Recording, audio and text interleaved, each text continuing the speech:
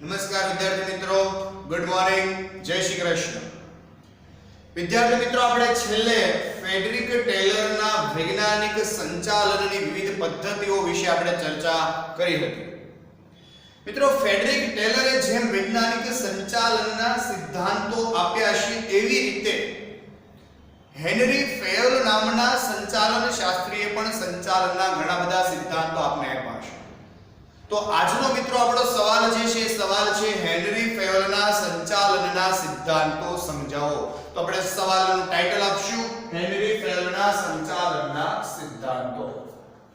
કયા સંચાલન શાસ્ત્રી મિત્રો? હેનરી ફેયોલના સંચાલનના સિદ્ધાંતો.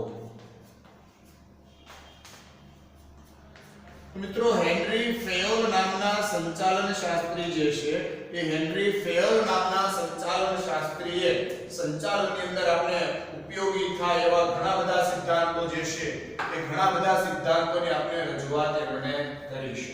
તો જોઈએ કયા સિદ્ધાંતો એમાં એમણે શું કીધું છે. તો આપણે ચોપડીમાં કીધું છે એ પ્રમાણે જોઈએ તો મિત્રો આપણે કીધું કે સંચાલનના સિદ્ધાંતો રજૂ કરનાર હેનરી ફેયોલ એક ફ્રેન્ચ એન્જિનિયર હતા. હેનરી ફેયોલ પોતે શું હતા? એક એન્જિનિયર હતા. તો હેનરી ફેયોલ એક ફ્રેન્ચ એન્જિનિયર. કેવા એન્જિનિયર કીધું છે મિત્રો? તો હેનરી ફેયોલ એક ફ્રેન્ચ એન્જિનિયર. હેનરી ફેયોલ કેવા એન્જિનિયર હતા મિત્રો? ફ્રેન્ચ એન્જિનિયર હતા અને એક ઉદ્યોગપતિ પણ હતા. અને ઉદ્યોગપતિ.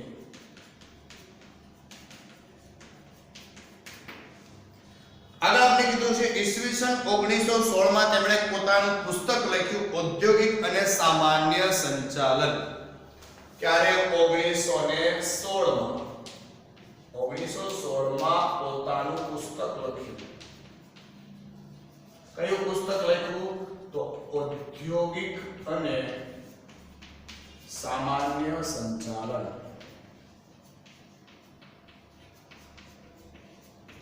હેનરી ફેયોલે પોતાનું કયું પુસ્તક લખ્યું છે મિત્રો? તો હેનરી ફેયોલે પોતાનું કયું પુસ્તક લખ્યું છે? ઔદ્યોગિક અને સામાન્ય સંચાલન. આ પુસ્તકની અંદર મિત્રો હેનરી ફેયોલે પોતાના સિદ્ધાંતોની રજૂઆત કરી છે. આગળ મિત્રો આપણે જોઈએ પહેલા આપણે એવું કીધું છે કે હેનરી ફેયોલે ઔદ્યોગિક સાહસની પ્રવૃત્તિઓને કેટલા ભાગમાં વહેંચી છે? તો ઔદ્યોગિક પ્રવૃત્તિને 6 ભાગમાં વહેંચી છે. હેનરી ફેયોલે ઔદ્યોગિક સાહસની પ્રવૃત્તિને કેટલા ભાગમાં વહેંચી છે મિત્રો? તો હેનરી ફેયોલે ઔદ્યોગિક પ્રવૃત્તિને 6 ભાગની અંદર વહેંચી છે. પહેલો ભાગ કીધો છે ટેકનિકલ પ્રવૃત્તિઓ. પહેલું કયું કીધું છે? ટેકનિકલ પ્રવૃત્તિઓ. તો ટેકનિકલ પ્રવૃત્તિ મિત્રો, ટેકનિકલ ખામી, ટેકનિકલ બાબતો કોના સાથે સંકળાયેલી હોય? તો ટેકનિકલ પ્રવૃત્તિઓ જે છે એ ટેકનિકલ પ્રવૃત્તિઓ કારખાનાના યંત્રો સાથે સંકળાયેલી હોય. કોના સાથે સંકળાયેલી હોય? કારખાનાના યંત્રો સાથે સંકળાયેલી હોય. ટેકનિકલ પ્રવૃત્તિઓ કોના સાથે સંકળાયેલી હશે? કારખાનાના યંત્રો સાથે. બીજું કીધું છે વાણિજ્ય પ્રવૃત્તિઓ. બીજાને કયા ભાગમાં વહેંચી છે? વાણિજ્યના ભાગમાં. તો વાણિજ્ય પ્રવૃત્તિઓ. વાણિજ્ય પ્રવૃત્તિઓ. તો વાણિજ્ય પ્રવૃત્તિની અંદર કઈ કઈ બાબતોનો સમાવેશ થાય? તો ખરીદી, વેચાણ અને વિનિમય જેવી બાબતો શેમાં સમાવેશ થશે? વાણિજ્યમાં. ખરીદી, વેચાણ અને વિનિમય. આ બધી બાબતો શેમાં આવશે મિત્રો? વાણિજ્યની અંદર આવે. તો હેનરી ફેયોલે બીજો ભાગ ઔદ્યોગિક સાહસોની વાણિજ્ય પ્રવૃત્તિની અંદર વહેંચી દીધો. ત્રીજો ભાગ આપણે કીધો છે નાણાકીય પ્રવૃત્તિઓ. કેવી પ્રવૃત્તિઓ મિત્રો? નાણાકીય પ્રવૃત્તિઓ. તો મિત્રો નાણાકીય પ્રવૃત્તિની અંદર કઈ કઈ બાબતો આવશે? તો નાણાકીય પ્રવૃત્તિની અંદર આપણે કીધું છે મૂડીની પ્રાપ્તિ, મૂડીનો ઉપયોગ, ભંડોળની જાળવણી, પુનઃરોકાણ જેવી બાબતો. મૂડીની પ્રાપ્તિ, ઉપયોગ અને જાળવણી. મૂડીની પ્રાપ્તિ, ઉપયોગ અને જાળવણી. ટૂંકમાં પૈસાને લગતી બાબતો જે છે, પૈસાને લગતી બાબતોનો સમાવેશ મિત્રો શેમાં થશે? તો નાણાકીય પ્રવૃત્તિની અંદર થાય. પૈસાને લગતી બાબતોનો સમાવેશ શેમાં થશે મિત્રો? નાણાકીય પ્રવૃત્તિની અંદર. ત્યારબાદ ચોથું આપણે કીધું છે સંરક્ષણ પ્રવૃત્તિઓ. ચોથો ભાગ કયો કીધો છે? સંરક્ષણ પ્રવૃત્તિઓ. તો સંરક્ષણ પ્રવૃત્તિઓ મિત્રો કઈ કઈ આવશે સંરક્ષણ પ્રવૃત્તિની અંદર? તેમાં આપણે કીધું છે જેની અંદર કર્મચારીની સલામતી, મિલકતોની, માલ સામાનની સલામતી. કર્મચારી, મિલકતો અને માલ સામાન ની સલામતી. સંરક્ષણની બાબતમાં કઈ કઈ બાબતોની સંરક્ષણની વાત આવશે? તો કર્મચારીઓની સલામતી, મિલકતોની સલામતી અને માલ સામાનની સલામતી. ત્યારબાદ પાંચમું કીધું છે મિત્રો હિસાબી પ્રવૃત્તિઓ. કઈ પ્રવૃત્તિઓ કીધું છે? પાંચમું હિસાબી પ્રવૃત્તિઓ. તો મિત્રો હિસાબી પ્રવૃત્તિમાં કઈ કઈ બાબતોનો સમાવેશ થાય? તો હિસાબી પ્રવૃત્તિમાં આપણે કીધું છે નાણાકીય હિસાબોના પત્રકો, નાણાકીય હિસાબોના પત્રકો, નાણાકીય હિસાબોના પત્રકો અને આંકડાકીય માહિતી. આ બધી બાબતોનો સમાવેશ શેમાં થશે? હિસાબી પ્રવૃત્તિની અંદર. અને છેલ્લે આપણે છઠ્ઠી કીધી છે સંચાલકીય પ્રવૃત્તિઓ. છઠ્ઠું શું કીધું છે? સંચાલકીય પ્રવૃત્તિઓ. તો મિત્રો સંચાલકીય પ્રવૃત્તિઓમાં કઈ કઈ બાબતોનો સમાવેશ થાય? તો સંચાલકીય પ્રવૃત્તિની અંદર આયોજન, વ્યવસ્થા તંત્ર, તો આયોજનથી લઈ અંકુશ. સંચાલકીય બાબતોમાં કઈ કઈ બાબતોનો સમાવેશ થશે? તો આયોજનથી લઈ અને અંકુશ સુધીની બાબતોનો શેમાં સમાવેશ થશે? સંચાલકીય પ્રવૃત્તિમાં સમાવેશ થાય. તો મિત્રો હેનરી ફેયોલ જે છે હેનરી ફેયોલે આપણે ધંધાકીય એકમની પ્રવૃત્તિને 6 ભાગની અંદર વહેંચી 6 ભાગ આપણે જણાવ્યા છે. પહેલો ભાગ આપણે કીધો ટેકનિકલ પ્રવૃત્તિ. મિત્રો ટેકનિકલ બાબતો કોના જોડે સંકળાયેલી હોય? તો ટેકનિકલ બાબતો જે છે કારખાનાના યંત્રો ઉત્પાદનને લગતી બાબતો સાથે સંકળાયેલી હોય તો એ છે ટેકનિકલ બાબતો. બીજું કીધું છે મિત્રો આપણે વાણિજ્ય પ્રવૃત્તિઓ. તો વાણિજ્ય એટલે ધંધાની પ્રવૃત્તિ. તો ખરીદી, વેચાણ, વિનિમય આવી બધી બાબતો શેમાં સમાવેશ થાય? વાણિજ્યમાં સમાવેશ થાય. ત્રીજું કીધું છે નાણાકીય પ્રવૃત્તિ. તો નાણાકીય પ્રવૃત્તિમાં કઈ બાબતો આવશે? મૂડીની પ્રાપ્તિ, ઉપયોગ અને જાળવણી જેવી બાબતો. શેમાં આવશે? નાણાકીય પ્રવૃત્તિઓ.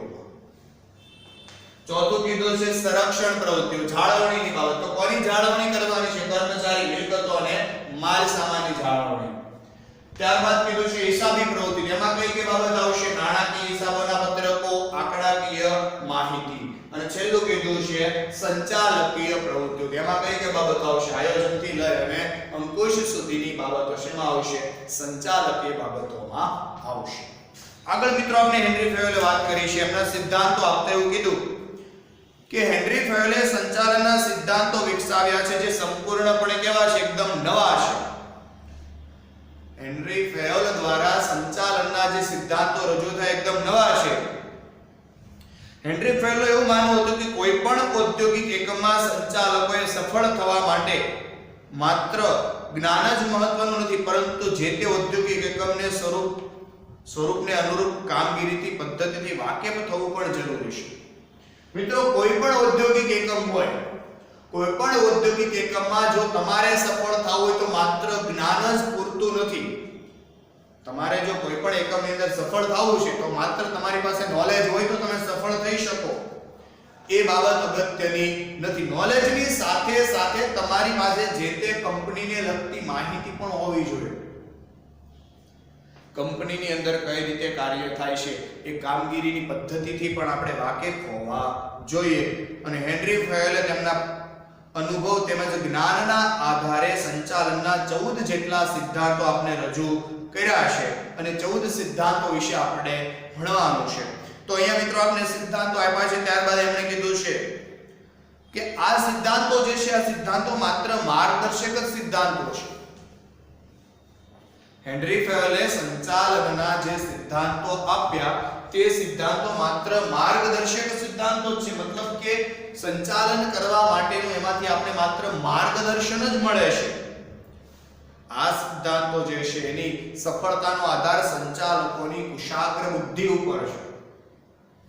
સંચાલકો જેટલા પ્રમાણે સિદ્ધાંતોનો વ્યવસ્થિત ઉપયોગ કરશે એ પ્રમાણે એને સફળતા મળશે.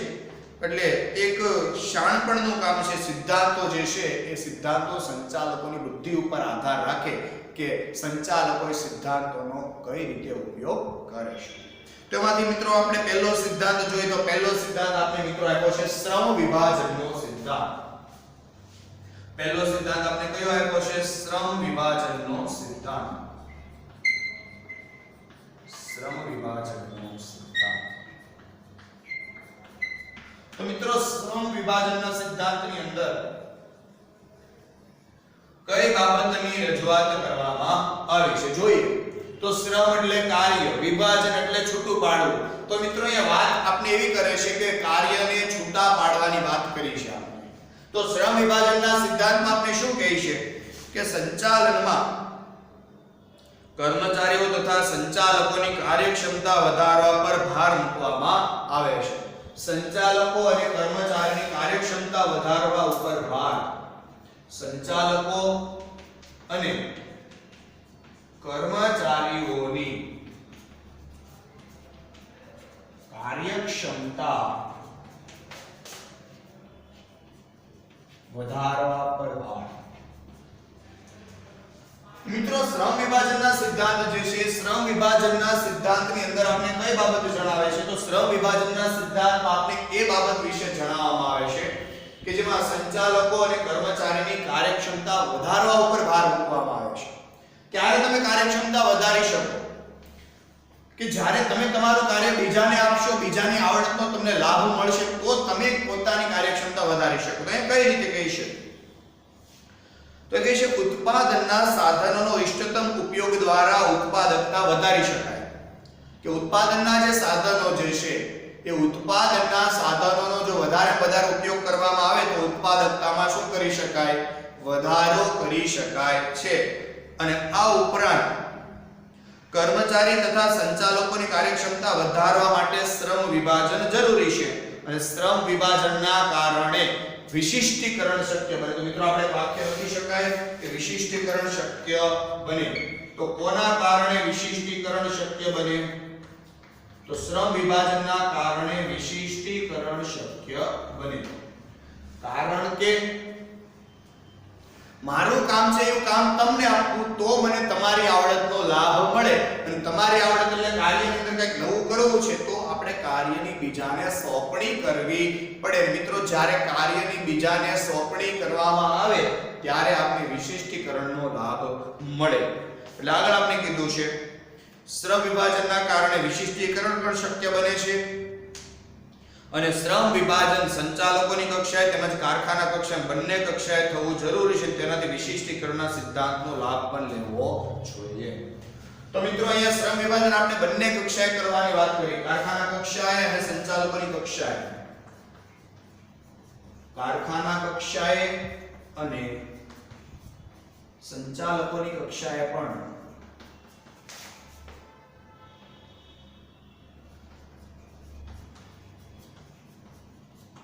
શ્રમ વિભાજન છે મિત્રો. એ શ્રમ વિભાજન કારખાના કક્ષા અને તેમજ સંચાલકોની કક્ષાએ બંને કક્ષાએ કરવાનું હોય છે કે જેના કારણે આપણે શ્રમ વિભાજનના કારણે વિશિષ્ટીકરણનો લાભ મળે કે કાર્યની અંદર આપણે કંઈક નવું કરી શકાય. તો કોના કારણે થાય?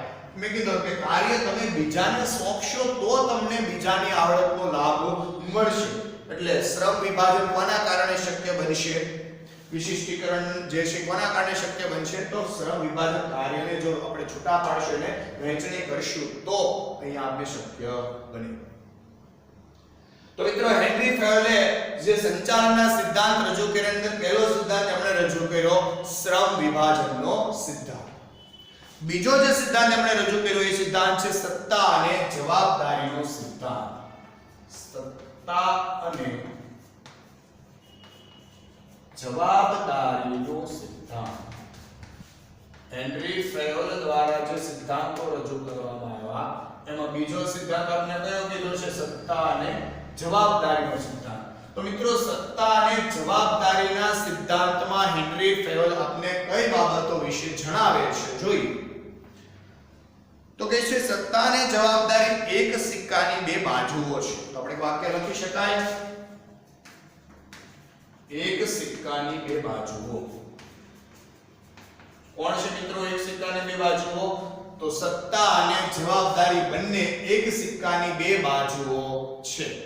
એક બાજુ સત્તા તો બીજી બાજુ જવાબદારી. કેમ કે સત્તા વગર જવાબદારી અને જવાબદારી વગર સત્તા બંને એકબીજા કેવા છે? અધૂરા છે.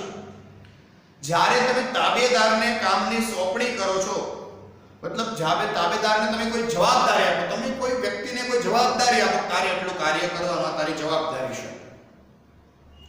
તો મિત્રો જ્યારે તમે તાબેદારને કોઈ જવાબદારી સોંપો છો ત્યારે તે અંગેની સત્તા પણ સોંપવી જરૂરી છે. જ્યારે તાબેદારને તમે કોઈ જવાબદારી સોંપો તો જવાબદારી પૂરી કરવા માટે તેમને તે અંગેની સત્તા પણ સોંપવી જરૂરી છે. અને સત્તા જ્યારે તમે સોંપો ત્યારે આપણે ગમે તે વ્યક્તિને મિત્રો સત્તા નથી આપી દેવાની. સત્તા સોંપણી વખતે પણ ઘણી બધી બાબતોને ધ્યાનમાં લેવામાં આવે છે. તો સત્તા સોંપણી વખતે કઈ કઈ બાબતો ધ્યાનમાં લેવી જોઈએ? તો સત્તા સોંપણી વખતે કર્મચારીનો હોદ્દો શું? પટ્ટાવાળાને ડાયરેક્ટ મેનેજર બનાવી દેવાય નહીં. તો સત્તા સોંપણી વખતે કર્મચારીનો હોદ્દો, એનું જ્ઞાન, એની પાસે રહેલી લાયકાત, એની પાસે અનુભવ, એની ઉંમર, આ બધી બાબતોને ધ્યાનમાં લેવી જોઈએ. તો આપણે ટૂંકમાં લખીએ સત્તા સોંપણી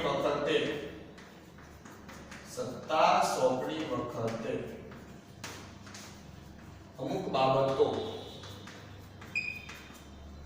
ધ્યાનમાં લેવી. કે જ્યારે મિત્રો આપણે સત્તાની સોંપણી કરીએ છીએ ત્યારે સત્તા સોંપણી વખતે કઈ કઈ બાબતો ધ્યાનમાં લેવાની છે?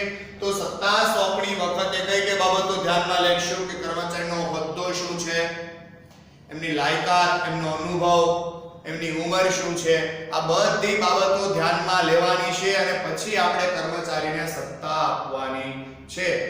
અને કર્મચારીને તમે સત્તા આપશો એટલે એનો ઉત્સાહ, કાર્ય કરવાની ધગશ, એમાં શું થશે? વધારો થશે.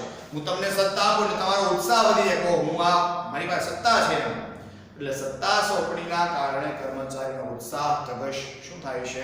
વધે છે. તો આ થયો મિત્રો સંચાલન. હેનરી ફેવલે જે સિદ્ધાંત આપ્યો સંચાલનની અંદર એ સત્તા અને જવાબદારીનો સિદ્ધાંત. ત્યારબાદ આપણે ત્રીજો સિદ્ધાંત આપ્યો શિસ્ત અંગેનો સિદ્ધાંત. કયો સિદ્ધાંત આપ્યો છે મિત્રો? આપણે શિસ્ત અંગેનો સિદ્ધાંત. તો હેનરી ફેવલે આપેલા સંચાલનના સિદ્ધાંતોમાં ત્રીજો સિદ્ધાંત કેવો છે? શિસ્ત અંગેનો સિદ્ધાંત. કે સામાન્ય રીતે ધંધાકીય એકમની અંદર શિસ્ત હોવું ખૂબ જરૂરી છે. જો શિસ્ત ન હોય તો કર્મચારીઓ બરાબર રીતે કાર્ય ન કરે, સંચાલકોને પણ સામે કામ લેવામાં તકલીફ થાય. એટલે ધંધાકીય એકમમાં શિસ્ત હોવું જરૂરી છે. આગળ આપણે કીધું છે સાધનોના ઇષ્ટતમ ઉપયોગ અને પ્રવૃત્તિના સાતત્ય માટે ઔદ્યોગિક શિસ્ત હોવી ખૂબ જ જરૂરી છે. સાધનોનો વધારે ઉપયોગ ક્યારે શક્ય થશે? જ્યારે એકમની અંદર શિસ્ત હશે તો. શિસ્ત એક ચોક્કસ પ્રકારનું સંવાદિતાનું વાતાવરણ ઊભું કરતો. વાક્ય લખી શકાય સંવાદિતાનું વાતાવરણ ઊભું થાય. સંવાદિતાનું વાતાવરણ ઊભું થાય. શિસ્તના કારણે શું થશે મિત્રો? તો શિસ્તના કારણે સંવાદિતાનું એટલે કે સપનું વાતાવરણ ઊભું થાય. કે એકમની અંદર દરેક વ્યક્તિ એકબીજા સાથે સારા સંબંધોથી રહે. અને કહે છે કે ઔદ્યોગિક શિસ્તે ચોક્કસ પ્રકારના નિયમો અને આચાર સંહિતાના કારણે સ્થપાય છે. વાક્ય લખી શકાય નિયમો અને આચાર સંહિતાના કારણે શિસ્ત સ્થપાય. કે એકમની અંદર શિસ્ત ક્યારે સ્થપાય? તો મિત્રો એકમની અંદર શિસ્ત શેના દ્વારા સ્થપાશે? તો નિયમો અને આચાર સંહિતાના કારણે એકમની અંદર શું થશે? શિસ્તની સ્થાપના થાય. આપણે નિયમો દાખલ કરશું, આચાર સંહિતાઓ દાખલ કરશું, એના કારણે એકમની અંદર શું આવશે? શિસ્ત આવશે. તો અને આગળ આપણે કીધું છે કે શિસ્તના કારણે શું થશે? તો આગળ કીધું છે કે તેના કારણે એકમમાં અનુશાસન સ્થપાય છે. સંચાલકોના અનુશાસન નીચે દરેક વ્યક્તિઓ કામ કરતા થાય. આગળ કીધું જ્યારે કર્મચારીઓ મોટી સંખ્યામાં હોય ત્યારે શિસ્ત અને આચાર સંહિતા મારફતે અંકુશ સરળ બને. જ્યારે મિત્રો કર્મચારીની સંખ્યા કેવી હોય? ખૂબ વધારે હોય ત્યારે શું કહીએ છીએ કે શિસ્ત દ્વારા આપણે અંકુશ રાખી શકાય છે અને કર્મચારીનો કાર્ય પ્રત્યેનો આનંદ પણ શું થાય? વધે. કેમ કે બધું જ જો નિયમ પ્રમાણે થતું હોય તો કર્મચારીને પણ કાર્ય કરવામાં આનંદ આવે અને એની સામે સંચાલકો જે છે સંચાલકોને પણ કાર્ય લેવામાં એટલે કે અંકુશ રાખવામાં શું રહે? સરળતા રહેશે. આગળ કીધું છે શિસ્ત માટે દરેક કક્ષાએ યોગ્ય નિરીક્ષણ, કામદારો અને માલિકો વચ્ચે સ્પષ્ટ ન્યાયી કરારો હોય તેમજ શિક્ષાનો ન્યાયી અમલ જેવી બાબતો મહત્વની છે. મિત્રો કે છે શિસ્તના પાલન માટે તમારે દરેક કક્ષાએ યોગ્ય નિરીક્ષણ અધિકારી રાખવાનો છે. ધ્યાન રાખે છે કે કોઈ વ્યક્તિ શિસ્તનું પાલન કરે છે કે નથી કરતા, ભૂલ કરે છે તો એને શું શિક્ષા કરવી, આ બધું અગાઉથી તમારે નક્કી રાખવાનું છે. એટલે હેનરી ફેલ દ્વારા એક સિદ્ધાંત એવો રજૂ કરવામાં આવ્યો કે એકમની અંદર તમારે શું રાખવાનું છે મિત્રો? શિસ્ત રાખવાની છે કે જેના કારણે સારા પરિણામ આપણે મેળવી શકાય કે અંકુશનું કામ કેવું બને? સરળ બને. આપણે વાક્ય લખી શકાય અંકુશનું કાર્ય સરળ બને. અંકુશનું કાર્ય સરળ બને. અને ત્યારબાદ ચોથો સિદ્ધાંત આપણે હેનરી ફેવલે રજૂ કર્યો છે હુકમની એક વાક્યતાનો સિદ્ધાંત. હુકમની એક વાક્યતાનો સિદ્ધાંત.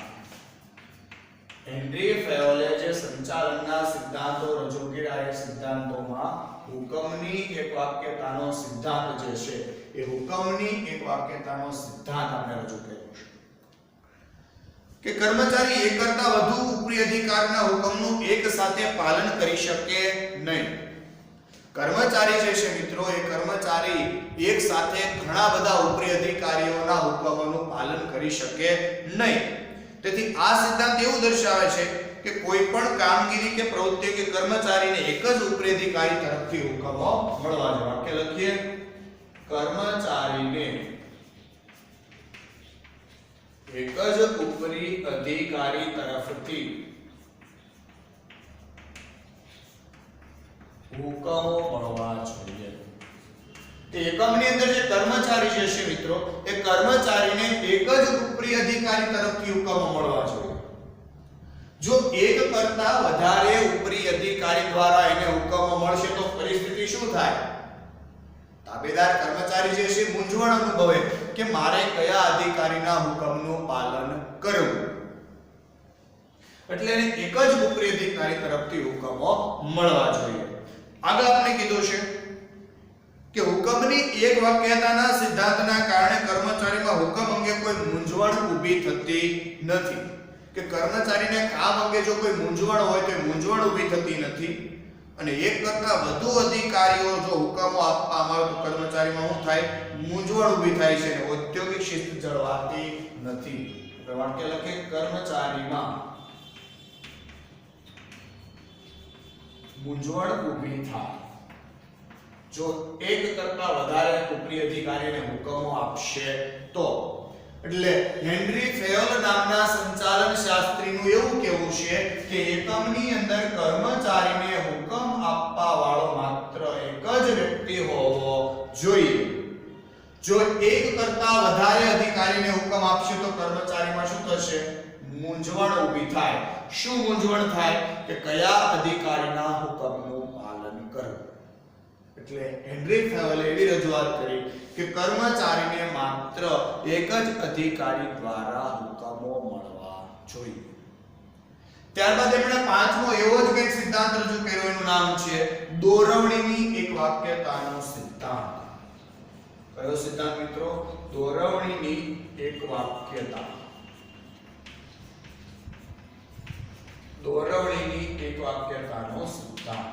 તો મિત્રો હેનરી ફેવલ દ્વારા પાંચમો સિદ્ધાંત જે રજૂ થયો એની અંદર દોરવણીની એક વાક્યતા. જેમ મિત્રો હુકમની એક વાક્યતા હતી એમ દોરવણીની એક વાક્યતાની રજૂઆત હેનરી ફેલ દ્વારા કરવામાં આવી છે. તેઓ કહે છે કે આયોજન એ ભવિષ્ય માટેની રૂપરેખા છે. મતલબ ભવિષ્યમાં તમારે શું કરવાનું છે, કેવી રીતે કરવાનું છે, બધી માહિતી શેમાં લખી છે? આયોજનમાં. એટલે આયોજન એ ભવિષ્યની રૂપરેખા છે જે કાર્ય વિભાજન અને વિશેષીકરણના કારણે આધારે આપણે પાર પાડી શકાય. કાર્ય વિભાજન અને આયોજન જે છે એના આધારે પાર પાડી શકશું તો વિશિષ્ટીકરણના આધારે. આગળ કહે છે આયોજનના અમલ દરમિયાન વિચલનો જણાય તો દોરવણી અપાય છે. તો આપણે વાક્ય લખીએ આયોજનના અમલ વખતે દોરવણી જણાય તો વિચલનો જણાય. આયોજનના અમલ વખતે જો વિચલનો જણાય તો આપણે શું કરશું મિત્રો? દોરવણી અપાય.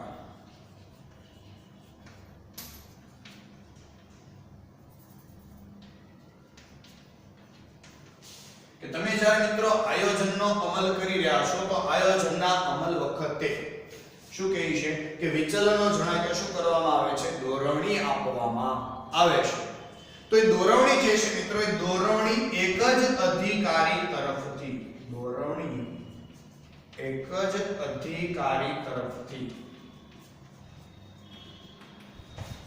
મળવી જોઈએ.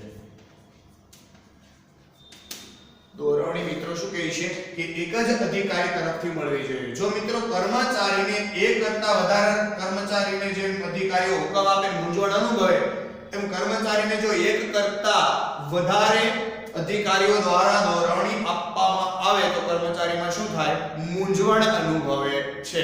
તો એટલા માટે તમારે કર્મચારીને ઉપરી અધિકારી એક જ હોય એવા એક જ અધિકારી એમને દોરવણી આપે જરૂરી છે. તો અહીંયા આપણે કહી શકીએ કે માર્ગદર્શન દોરવણી અપાય છે અને દોરવણી કોઈ ચોક્કસ ઉપરી અધિકારી દ્વારા આપવી જોઈએ કે કોઈ એક જ ઉપરી અધિકારી દ્વારા આપવી જોઈએ. અને આમ કરવાથી કાર્ય અને પ્રયત્નોનું શું થઈ જાય છે? સંકલન જળવાય છે. મતલબ કે જે વ્યક્તિએ દોરવણી આપી છે એને જ ખ્યાલ આવે કે ક્યાં હું ભૂલ છે, હું કરવાનું છે. આ સિદ્ધાંત મુજબ કર્મચારી જૂથની ઉપર એક જ અધિકારી હોવો જોઈએ અને આ જૂથની એક જ ધ્યેય સિદ્ધિ માટે કાર્ય કરતું હોવું જોઈએ. એટલે કહેવા મિત્રો આપણે એવું માંગે છે કે કર્મચારીને એક જ અધિકારી દોરવણી આપતો હોવો જોઈએ. ત્યારબાદ છઠ્ઠો સિદ્ધાંત આપણે હેનરી ફેલરે રજૂ કર્યો છે સામાન્ય હિતને વધુ અને ગૌણ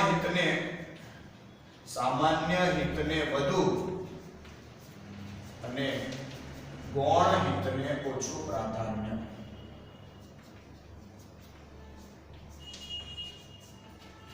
તો મિત્રો સામાન્ય હિતને વધુ અને ગૌણ હિતને ઓછું પ્રાધાન્ય મતલબ ઓછું મહત્વ. તેમાં શું કહેવા માંગે છે કે ધંધાકીય એકમની અંદર જે કર્મચારીઓ કામ કરે છે તો કર્મચારીઓનું હિત એટલે ગૌણ હિત અને કંપનીનું હિત એટલે સામાન્ય હિત.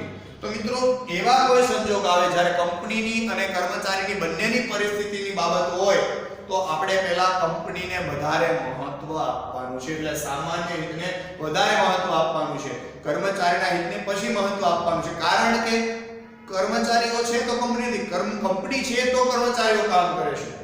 એટલે આપણે કંપનીને પહેલા મહત્વ આપવાનું છે, પછી કર્મચારીઓને મહત્વ આપવાની ભલામણ હેનરી ફેલ દ્વારા કરવામાં આવી. જોઈએ અંદર શું કહે છે કે સંચાલન એક સામૂહિક પ્રવૃત્તિ છે, તે વ્યક્તિ વચ્ચે વિભાગ વચ્ચે સંકલન હોવું જરૂરી છે. વ્યક્તિ વચ્ચે અને વિભાગ વચ્ચે સંકલન હોવું જરૂરી છે.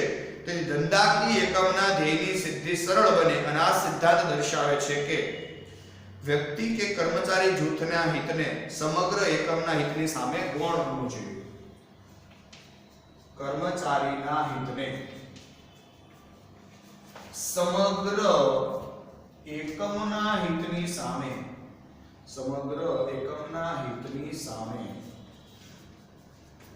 કેવું ગણવું જોઈએ? ગૌણ ગણવું જોઈએ. મતલબ આખી કંપનીની જ્યારે બાબત હોય ત્યારે કર્મચારીના હિતને વધારે મહત્વ આપવામાં આવશે નહીં એવું હેનરી ફેલ દ્વારા જણાવવામાં આવે છે. કારણ કે કર્મચારીઓ દ્વારા કંપની ચાલે છે એ વાત સાચી છે, પણ કંપનીના કારણે કર્મચારીઓ છે. એટલે હેનરી ફેલો એવું કહે છે જ્યારે આખી કંપની એક બાજુ હોય અને એક બાજુ કર્મચારીની બાબત હોય તો આપણે પહેલા કંપનીને વધારે મહત્વ આપવાનું છે. તો હેનરી ફેલો મિત્રો અહીંયા 6 સિદ્ધાંત આપણે આપ્યા છે, ટોટલ 14 જેટલા સિદ્ધાંત એમણે આપ્યા છે, પરંતુ આપણે અહીંયા 6 સિદ્ધાંતો એ અટકશું અને બાકીના સિદ્ધાંતો જે છે આવતા લેક્ચરની અંદર આપણે ભણીશું. આજના વિડિયોના હોમવર્કમાં મિત્રો તમારે 2 માર્કનો આ સવાલ લખવાનો છે. આ 6 પ્રવૃત્તિઓ જે છે કે ઔદ્યોગિક સાહસની પ્રવૃત્તિને હેનરી ફેલોએ કેટલા ભાગમાં વહેંચી છે? તો ઔદ્યોગિક સાહસની પ્રવૃત્તિને હેનરી ફેલોએ 6 ભાગમાં વહેંચી છે. આ તમારે 2 માર્કનો સવાલ હોમવર્કની અંદર લખવાનો છે. અને એ સાથે આજનો આપણે સવાલ અહીંયા પૂર્ણ કરીએ છીએ. અસ્તુ.